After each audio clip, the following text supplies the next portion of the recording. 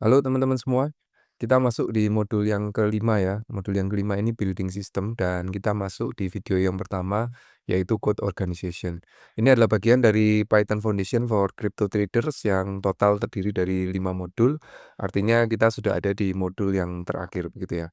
Tentang code organization ini kita belajar apa? Yang pertama, teman-teman perlu nanti memahami ya bagaimana struktur project yang profesional.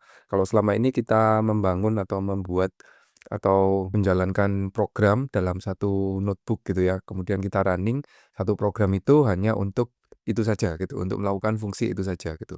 Nah, dalam struktur program yang profesional, kita perlu membangunnya dalam bentuk modular gitu ya. Makanya nanti kita juga akan belajar bagaimana module based architecture gitu.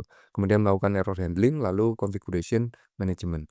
Nah, kenapa ini penting gitu ya? Yang pertama, kalau teman-teman punya code yang terorganisir, maka mudah untuk melakukan maintenance, mudah untuk melakukan debugging atau mencari kesalahan, dan mudah untuk melakukan scaling. Kalau mau ditingkatkan ya, misalkan untuk 10 koin, 20 koin, atau bahkan 100 koin, itu akan lebih mudah untuk melakukannya begitu, ketika code-nya sudah terorganisir. Kemudian teman-teman ini akan butuh waktu ya untuk teman-teman mengorganisir code dari code-code yang sudah ada.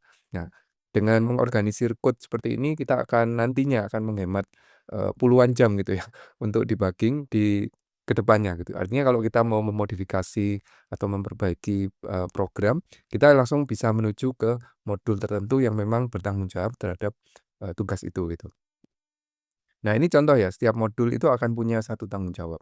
Kita akan buat struktur program Crypto Tracker gitu ya. Nanti di dalam Crypto Tracker ini akan ada folder config, ada folder data, folder analisis, folder utils gitu. Setiap folder ini akan punya satu fungsi tertentu atau punya satu tanggung jawab tertentu.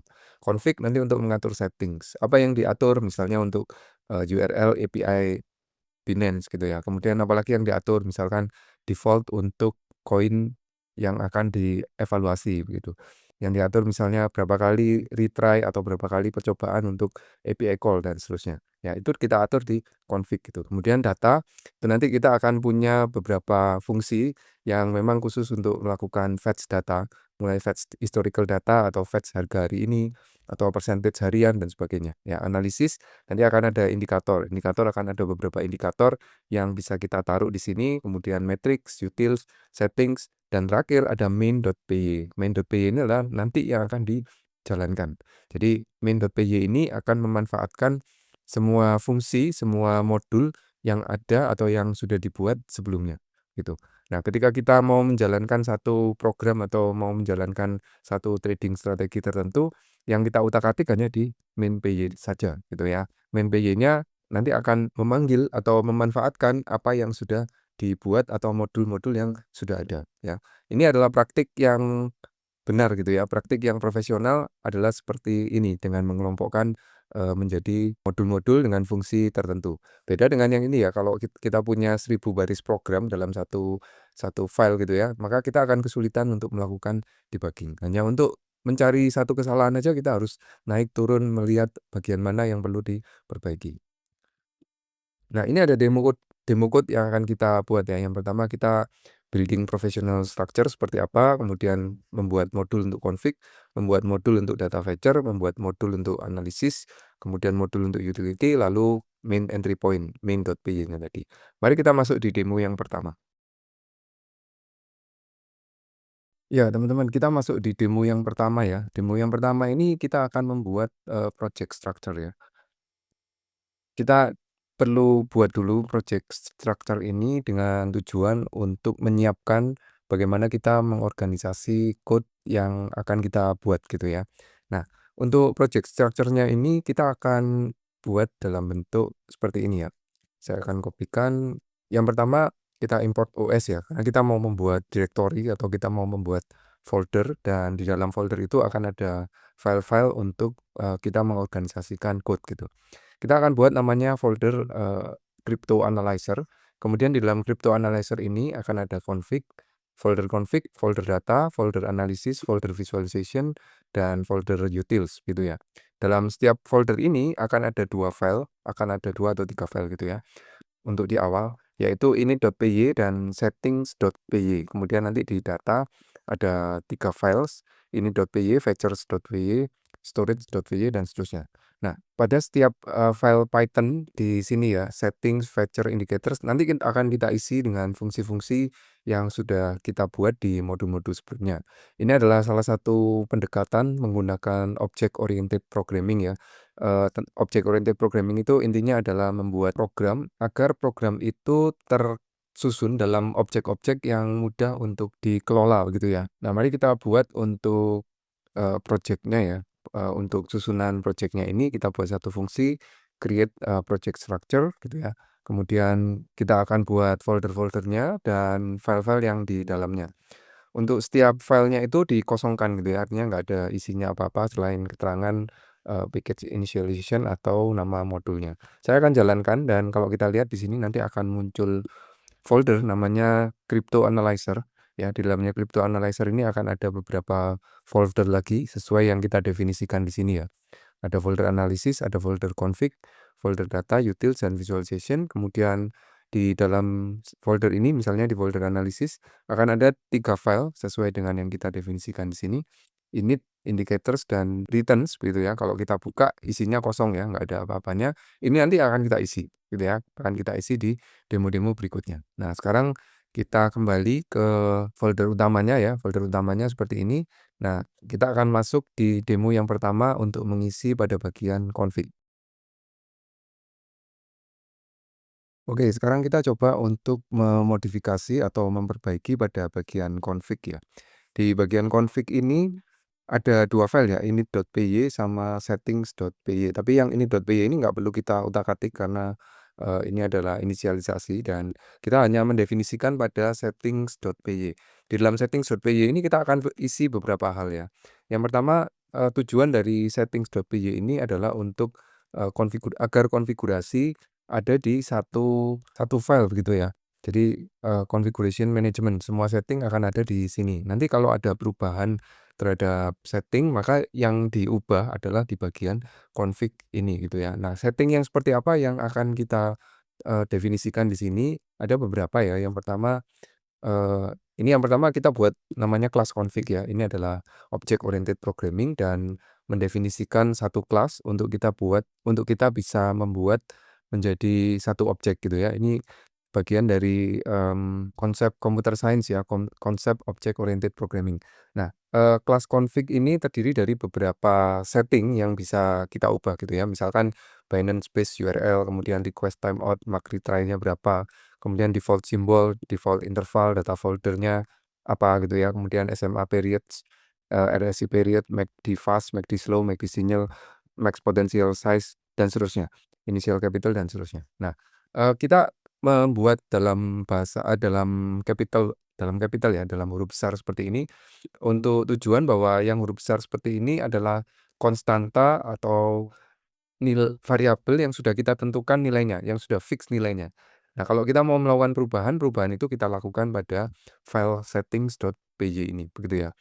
Ini adalah simbol atau konstanta-konstanta yang kita definisikan. Nah, bagaimana caranya supaya kita bisa memanfaatkan ini begitu ya. Nah, kita buat di bagian utama gitu ya, di bagian ini, kita buat satu file atau kita masuk di directory structure.ipynb ini ya. Kemudian kita coba panggil setting yang sudah kita buat tadi dengan cara kita import terlebih dahulu ya. Kita import seperti ini, import from cryptoanalyzer.config.settings. Ini adalah nama filenya settings.py. Crypto Analyzer adalah foldernya ya, folder Crypto Analyzer. Terus .config itu adalah folder berikutnya, lalu di dalam .config itu ada setting gitu ya, makanya kita .setting seperti ini. Kemudian import config, yang mau kita import apa? Kalau kita lihat di setting, yang mau kita import adalah kelas config yang kita buat. Di sini kelas config-nya sensitive case ya, jadi kalau config di sini huruf besar, maka import yang di sini kita juga harus huruf besar begitu. Nah, sesudah kita import seperti ini, maka kita bisa panggil gitu ya, kita bisa panggil eh, config yang tadi sudah kita buat. Misalnya, kita mau mendapatkan endpoint dari config-nya begitu ya. Di endpoint-nya tadi kalau kita lihat ya, get endpoint itu, get API endpoint itu akan mengembalikan base URL-nya dan endpoint-nya. Nah, di sini kita panggil dengan dengan get API endpoint, lalu kita berikan parameter inilah endpoint, kemudian kita coba untuk menampilkan default simbolnya apa saja gitu ya, config.default symbol. Ini yang huruf besar yang kita definisikan tadi di sini ya, default symbol. Ini kalau kita jalankan, kita akan mendapatkan output berhasil diimport ya, berhasil diimport config-nya, kemudian simbolnya berhasil didapatkan gitu ya, default symbol. Yang lainnya juga bisa kita akses. Nanti ke depan untuk membuat indikator misalnya, kita akan mengakses untuk setting-setting ini juga begitu. Nah, ini adalah demo yang kedua ya. Kita lanjut ke demo yang ketiga. Oke, di demo yang ketiga ya, demo yang ketiga ini kita akan mencoba untuk membuat kelas di fetcher gitu ya. Yang fetcher itu ada di bagian data, kemudian fetcher.py. Nah, ini yang akan kita modifikasi. Sementara masih kosong. Nah, tujuannya apa untuk fetcher? Untuk fetcher ini kita akan melakukan fetch ya, melakukan fetch mendapatkan data historical atau mendapatkan data harga dari API Binance gitu ya. API Binance-nya nanti juga akan kita panggil dari config yang sebelumnya. Ini sebenarnya kita reuse code dari modul yang sudah pernah kita buat 32, 33, dan 41 ya kalau nggak salah. Oke. Nah, kita mulai dulu ya. Kita mulai dengan untuk melakukan fetch itu kita import request, kemudian pandas, kemudian datetime, time. Nah, kita akan membutuhkan data dari config gitu ya untuk kita melakukan API call gitu ya dengan menggunakan endpoint dari Binance ya. Di dalam ini apa saja? Yang pertama tentu kita perlu ada kelas ya, namanya kita sebut sebagai kelas Binance Fetcher. Nanti akan kita pakai, kita panggil, kita manfaatkan ya dengan berbagai fungsinya. Yang kita definisikan terlebih dulu seperti ini. Yang pertama ya, yang pertama ini saya close dulu supaya lebih lebar. Yang pertama ada init gitu ya, init ini konstruktor gitu. Ini adalah yang dipanggil pertama kali saat kelas itu diubah menjadi objek atau kelas itu dijadikan objek untuk objek ini dijalankan gitu ya. Kelas ini masih abstrak, kalau objek itu sudah kita bisa jalankan, kita bisa panggil fungsi-fungsi yang ada di dalam kelas begitu ya. Jadi ini konstruktor atau inisialisasi gitu. Kemudian kita juga bisa atau kita manfaatkan, kita tambahkan fungsi untuk fetch current price. Jadi nanti kita bisa panggil fetch current price untuk mendapatkan harga saat ini, harga now gitu ya. Kemudian setelah fetch current price, kok logika code-nya sama ya dengan yang di modul 3.2. Jadi kita tentukan API call-nya di mana. Kalau teman-teman lihat di sini ya, ini menggunakan base URL yang didapatkan dari config. Jadi kalau memang nanti seandainya akan mengubah API call-nya bukan dengan menggunakan Binance, ya tinggal diganti pada bagian config-nya. Kita mau menggunakan yang mana gitu ya.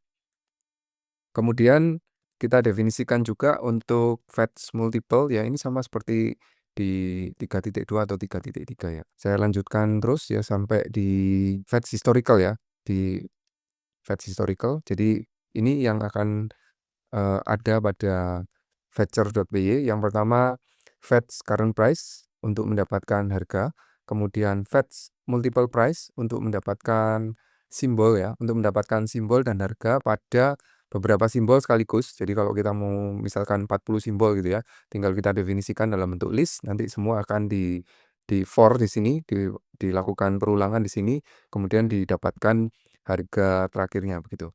Kemudian fetch historical keylines. Nah, ini karena Binance itu mengembalikan ketika menggunakan API call, dia akan mengembalikan dalam bentuk keylines gitu ya, dalam bentuk keylines, sehingga kita perlu melakukan fetch dalam bentuk keylines, kemudian keylines-nya kita ubah ke dalam data frame, sehingga lebih mudah nanti akan diolah dengan menggunakan data frame begitu ya. Maka dia akan manggil keylines to data frame begitu.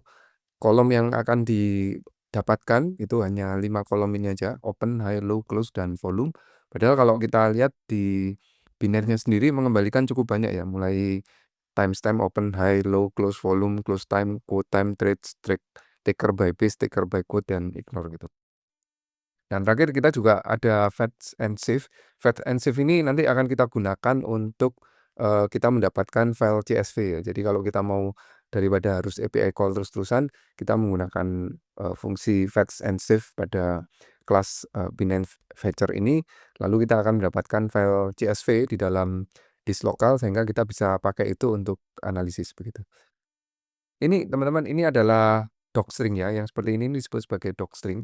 Docstring itu memudahkan kita untuk kita bisa mengingat atau mendapatkan keterangan ya tentang fungsi itu sebenarnya untuk apa. Ini adalah best practice atau good practice ya, good practice untuk dalam software engineering supaya memudahkan kalau misalnya bekerja dalam tim, timnya itu tahu gitu ya, ini fungsi ini untuk apa, untuk, melakukan apa dan parameternya apa saja begitu. Ini adalah untuk yang fetch and save. Fetch and save ini memanfaatkan fetch historical keylines untuk didapatkan data frame-nya, nilai kembalinya ada data frame, kemudian disimpan dengan nama underscore historical sesuai dengan simbolnya gitu ya. Underscore historical.csv disimpan ke dalam file CSV. Nah, mari kita coba untuk memanfaatkan, binden fetcher ini ke dalam program utama. Kita coba dulu ya, kita fetch dulu, apakah fetch-nya sudah berhasil untuk BTC USDT, saya akan jalankan. Oh, ini belum diimport ya, kalau belum diimport ya nggak tahu gitu ya, yang mana yang disebut sebagai fetcher. Oke, ini diimport dulu, Binance Fetcher gitu ya, kemudian, kita definisikan kelasnya, kita definisikan objeknya gitu ya. Fetcher adalah Binance Fetcher dalam kurung buka, kurung tutup, ini adalah objek, sehingga kita bisa panggil di objek itu semua fungsi atau semua metode yang sudah kita definisikan pada, kelas Binance Fetcher ini ya. Kalau kita panggil seperti ini, kita akan mendapatkan, nah ini ya BTC price sesuai dengan API call adalah 89.531. Kemudian kita juga bisa menggunakan atau memanggil fetch and save ya. Fetch and save itu kita akan mendapatkan file, BTC_historical sesuai dengan start date dan end date yang kita definisikan. Misalkan ini tanggal 30 ya, sampai tanggal 30 November kalau kita jalankan, maka kita akan mendapatkan BTC price, kemudian melakukan fetching gitu ya. Kemudian total fetch-nya 699 candle dan disimpan pada BTC_historical. Kalau kita lihat di sini, kita akan mendapatkan file di yang bagian utama ya. Akan mendapatkan file btc_historical.csv begitu. Nah, ini adalah demo yang ketiga untuk kita bisa mendapatkan fetcher. Sampai ketemu di demo yang berikutnya.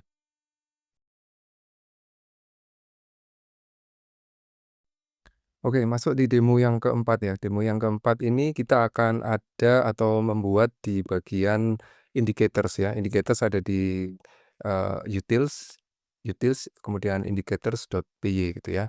Kita akan membuat beberapa indikator yang sudah pernah kita buat di video sebelumnya ya.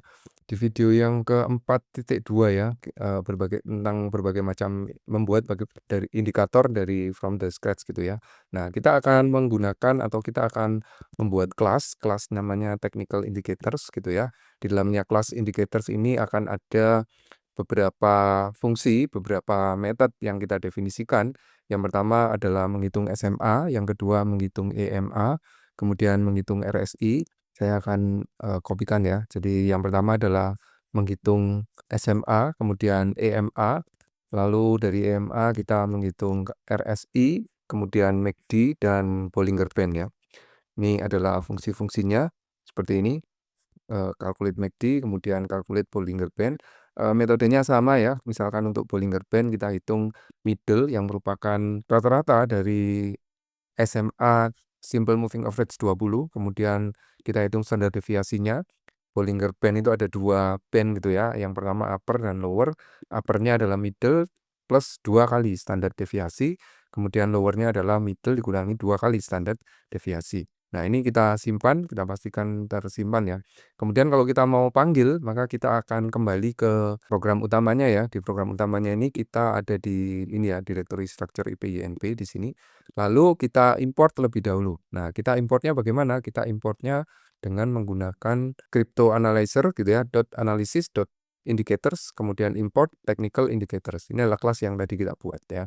Kemudian kita bisa tes dengan menggunakan seperti ini. Kita read CSV-nya. Tadi kita sudah punya file BTC historical ya dari demo yang sebelumnya. Kemudian dipastikan ya indeksnya adalah timestamp supaya bekerja dalam time series. Lalu kita mulai definisikan untuk objeknya. Ini indicator sama dengan technical indicators, ini adalah objek yang nanti kita akan panggil semua metode-nya itu melalui objek yang ada. Misalkan kita mau manggil, simple moving average, mendapatkan dari data frame ini simple moving average 20, maka kita tinggal panggil, menambahkan kolom baru di data frame ya. Kemudian sama dengan indicators dot calculate underscore SMA untuk data close-nya dengan periode 20 gitu ya. Kemudian untuk misalnya kalau mau nambahkan RSI, ya RSI kemudian dipanggil calculate RSI. Intinya semua metode ya, semua metode yang kita buat di sini itu bisa dipanggil melalui, ketika kita sudah melakukan import seperti ini. Nah, nanti kalau mau menambahkan indikator, maka yang dilakukan adalah di bagian, di kelas, indicators.py ini. Oke, ini salah nih kelasnya, saya akan copy dulu, ini bukan validator.py ya. Indicators.py itu ada di Crypto Analyzer, kemudian analisis ya, di analisis kemudian indicators. Nah, ini sini ya, saya kopikan, simpen, validatornya itu nanti gitu ya. Sekarang nah di sini ya technical indicator, kemudian untuk memastikan berhasilnya kita buat DF, kita print ya DF close SMA 20 dan RSI, RSI-nya kemudian kita print di bagian terakhirnya ya, tail 5 data terakhir. Nah, ini ya kita dapat SMA 20 dan RSI-nya. Artinya, untuk technical indicator-nya ini sudah berhasil dan kita bisa memanggil fungsi-fungsi yang ada di dalamnya. Sampai ketemu di demo yang berikutnya ya.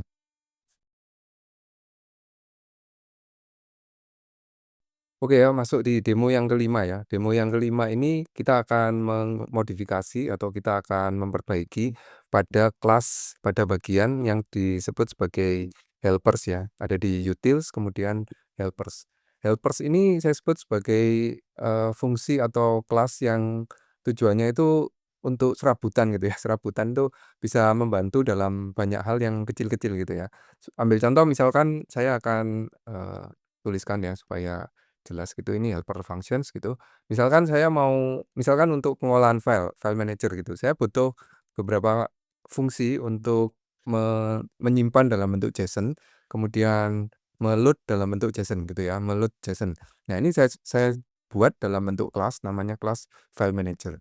Nanti ketika saya membutuhkan, untuk pengolahan file, menyimpan atau meload JSON gitu ya, maka saya akan menggunakan, kelas helper ini, menggunakan kelas file manager ini begitu ya. Kemudian yang berikutnya yang mungkin kecil tapi berguna dan nanti akan, sering dipakai misalnya untuk memformat harga gitu ya. Kita mendapatkan harga itu bisa mungkin dalam bentuk persen yang perlu kita format atau dalam bentuk, 6 digit atau 7 digit gitu ya untuk satu harga kemudian kita perlu memformat dalam, beberapa pemisah ribuan gitu.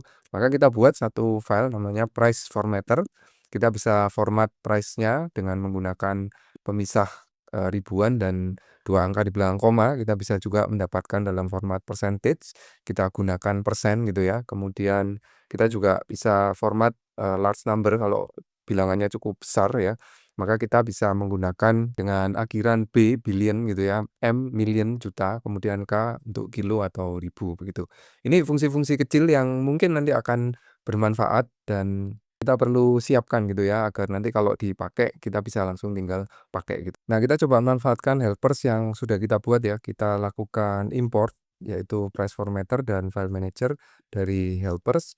Kemudian kita buat objeknya ya, objeknya namanya formatters sama dengan price formatter.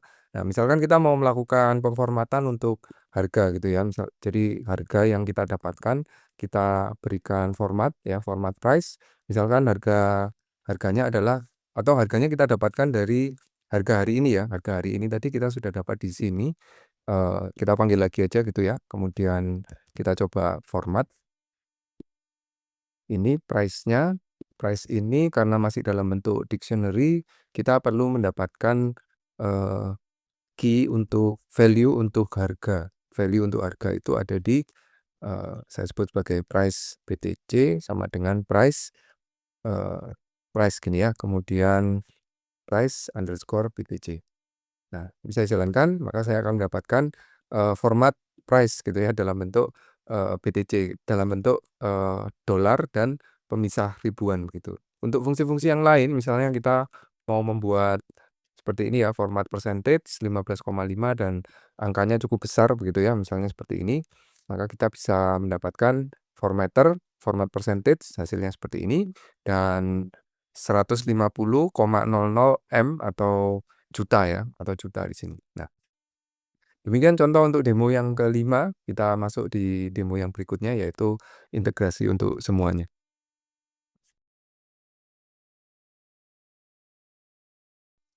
Oke, di demo yang terakhir ya, demo yang keenam ini kita coba gabungkan semuanya gitu ya. Jadi kita sudah punya code gitu ya dengan struktur, ada crypto analyzer yang di dalamnya ada beberapa modul atau beberapa fungsi khusus gitu ya, kelas khusus gitu ya untuk menjalankan fungsi tertentu.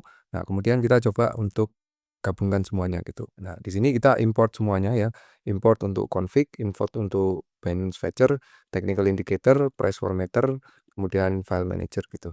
Nah, kalau sudah kita inisialisasi ya, semuanya kita perlu jadikan objek sebelum bisa dipanggil gitu ya. Jadi dalam bentuk seperti ini, fetcher sama dengan Binance fetcher, kurung buka kurung tutup gitu ya. Ini adalah objek fetcher, ini adalah objek indicators, ini adalah objek formatter gitu. Kemudian kalau mau kita panggil, misalnya kita mau memanggil untuk mendapatkan current price gitu ya, current price dari simbol default gitu ya. Simbol default tadi kita definisikan pada config, kalau kita lihat di config ya, simbol defaultnya itu adalah ada 3 ya, yaitu BTC, USDT, ETH, dan SOL gitu. Nah, ini kita coba lakukan fetch pada ketiga simbol atau default simbol itu gitu ya. Kalau kita jalankan, kita akan mendapatkan oh ini perlu kita jalankan ya, kita jalankan, kita cetak ya, kita cetak supaya terlihat apa sudah berhasil atau enggak. Nah ini ya, simbol, fetch-nya berhasil untuk multiple price yaitu BTC, ETH, dan SOL. Kemudian kita misalkan mau untuk fetch historical data ya, dari BTC ya, kita fetch historical data dari BTC, fetch historical data ya, kita jalankan, kemudian kita coba langsung hitung indikatornya ya, hitung indikatornya dan memastikan bahwa indikator atau BTC datanya berhasil di-fetch. Seperti ini, kita hitung indikatornya dari BTC data yang sudah di-fetch dengan menggunakan fetch historical keylines ya. Kita lihat seperti ini. Melakukan fetch current price, fetch historical data, kemudian calculating indicators, dan berhasil gitu ya. Indicatorsnya sudah berhasil ditambahkan indikator SMA 20 dan RSI begitu. Nah, sampai di sini ya contoh untuk bagaimana kita bisa organize code dalam struktur yang rapi gitu ya, sehingga kita bisa panggil fungsi-fungsi itu. Kalau kita mau melakukan perbaikan atau melakukan revisi, kita langsung tahu di bagian mana yang akan kita perbaiki. Sampai ketemu di video yang berikutnya.